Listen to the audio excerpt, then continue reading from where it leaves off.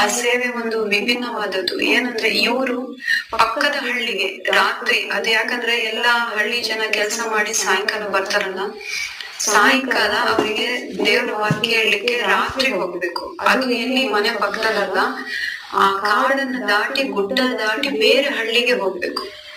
ಅಲ್ಲಿ ಗಂಡ್ ಮಕ್ಳನ್ನೇ ಬಿಡ್ಲಿಲ್ಲ ಜನ, ದುಷ್ಟರು, ಕ್ರೂರರು, ಸಾಯಿಸ್ಬಿಟ್ರು, ತಲೆ ಕಡ್ದು ಸಾಯಿಸ್ಬಿಟ್ರು. ಅಂತದ್ರಲ್ಲಿ ವಯಸ್ಸಲ್ಲಿರೋ ಈ ಹೆಣ್ಮಗಳನ್ನ ಬಿಟ್ಟು ಬಿಡ್ತಾರ ಈ ಕೆಲಸ ಮಾಡಕ್ ಹೋದ್ರೆ?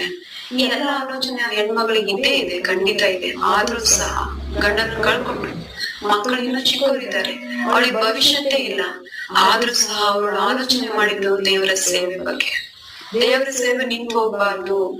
ನನ್ನ ಗಂಡ ಹತಸಾಕ್ಷಿಯಾದ, ಅವರು ದೇವರ ಜೊತೆ, ದೇವರ ಹತ್ರ ಎಷ್ಟೋ ನೆಮ್ಮದಿಯಾಗಿದ್ದಾರೆ. ಆದ್ರೆ ದೇವರ ಸೇವೆ ಮಾತ್ರ ಯಾವ ಕಾರಣಕ್ಕೂ ನಿಲ್ಲಲೇಬಾರದು.